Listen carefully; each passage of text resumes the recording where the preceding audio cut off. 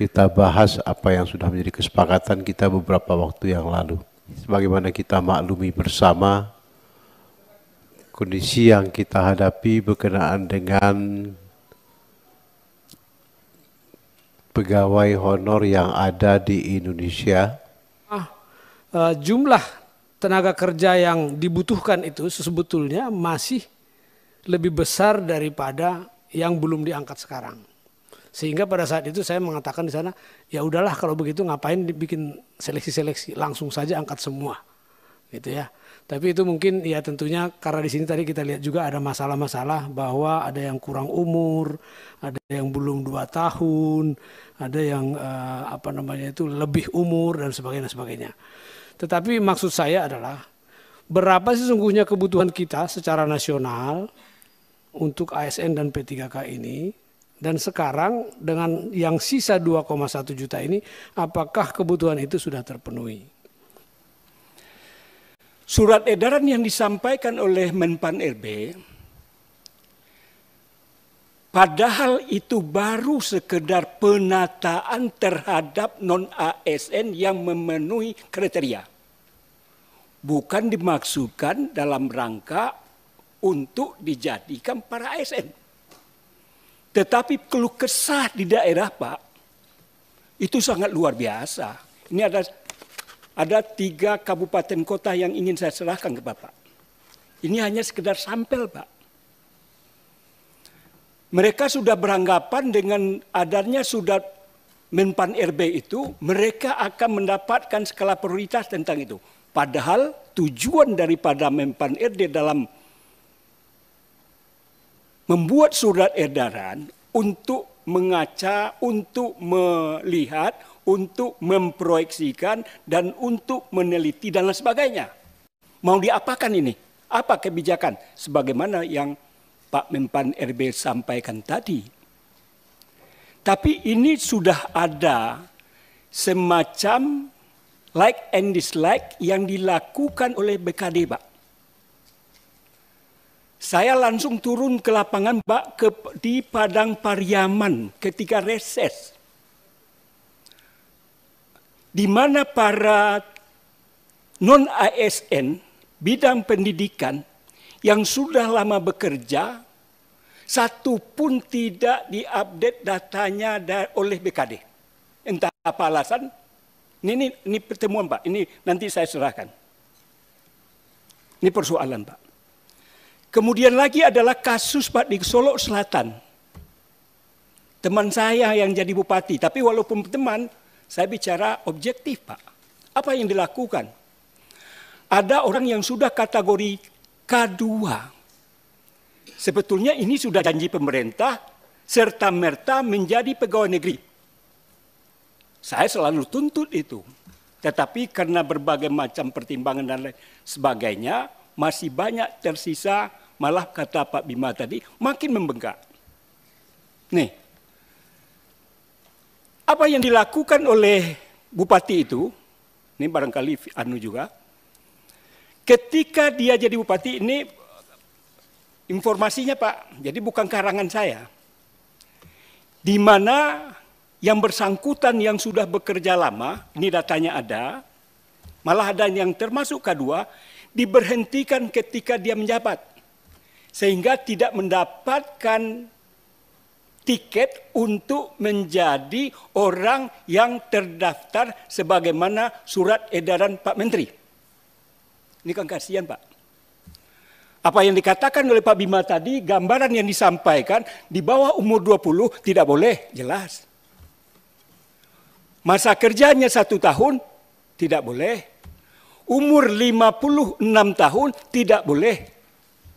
Tetapi bagaimana pula dengan orang-orang yang sudah lama mengabdi, lalu dia diberhentikan sekonyong-konyong, ada tahapan-tahapannya Pak. Ada yang tenaga honor bidang kesehatan, ada yang bidang pendidikan, dalam berbagai elemen Pak.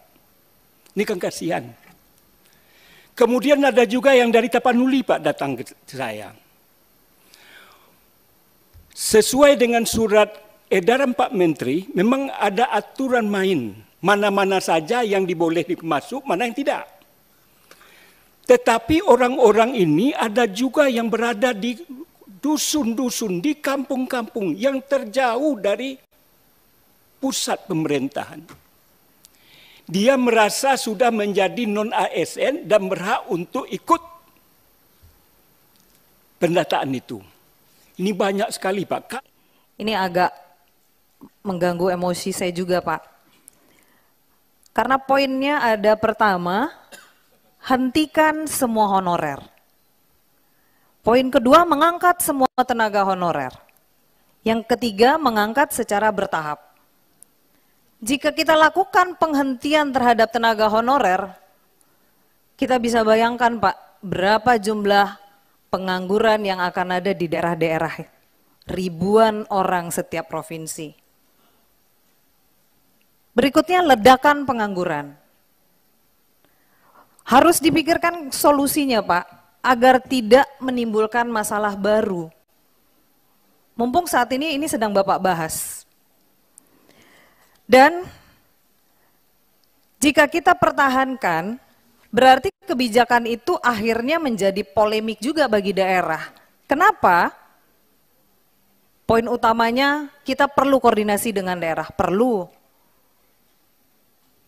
Dengan tetap mempertahankan honorer, konsekuensinya yang harus kita perhitungkan adalah terkait terutama anggaran, alokasi anggaran atau gajinya.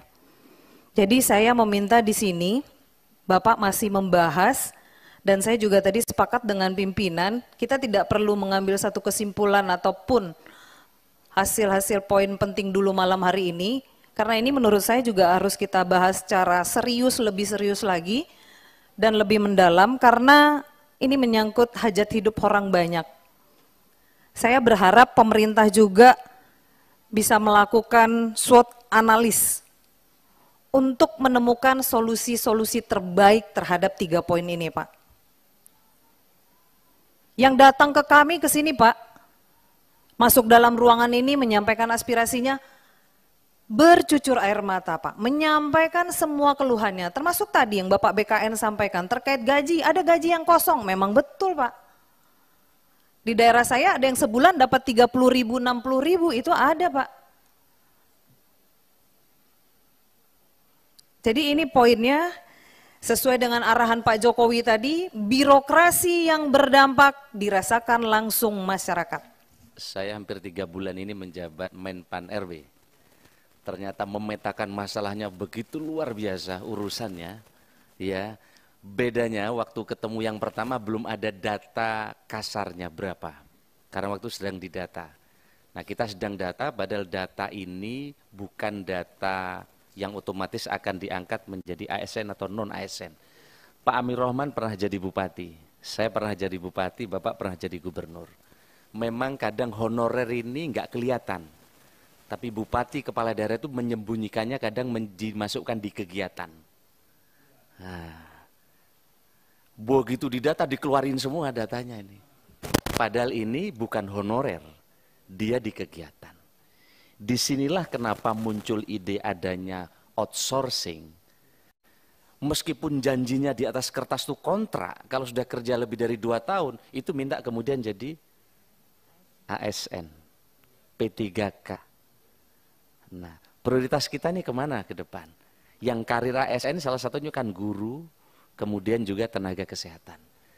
Lalu apakah kira-kira, ini saya sedang diskusi, apakah sopir, pramusaji itu bagian karir yang harus juga jadi ASN, kira-kira dan seterusnya. Nanti kita dalami, tapi pikiran beliau tadi juga mereka sudah mengabdi lebih dari 7 tahun dan seterusnya. Jadi kami hari ini banyak sekali dapat insight yang luar biasa dari anggota dewan yang hampir semua. Saya catat dari tadi saya manggut-manggut terus karena itu ya betul.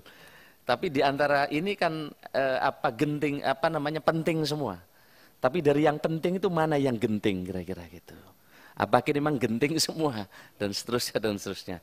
Tentu Bapak sekalian kita sedang kaji memang, kita potret sebenarnya berapa sih persentase dibanding seluruh negara di dunia dengan kita bandingkan dengan persentase kita. Kita ini sekarang 1,9% jumlah ASN kita. Kalau kita bandingkan Malaysia itu 3,7% dari persentase jumlah dan seterusnya. Maka opsi kita jangka panjang dan sebagaimana tren di dunia tidak ada lain kecuali digitalisasi. Tentu kemanusiaan penting tadi.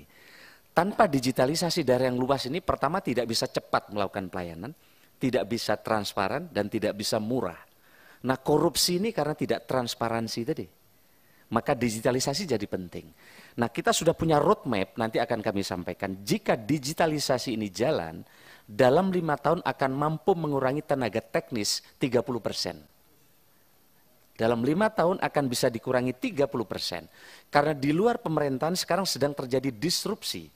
Diprediksi sekarang akan ada pengurangan 800 juta tenaga kerja akibat dari teknologi. Kira-kira gitu. Karena tidak lagi perlu dengan orang, cukup dengan digital. Maka digitalisasi tadi menjadi fokus dari reformasi tematik tadi. Sebenarnya reformasi tematik ini bukan program baru. Tapi dalam 2 tahun ini kami harus buat fokus yang berdampak, kata beliau tadi.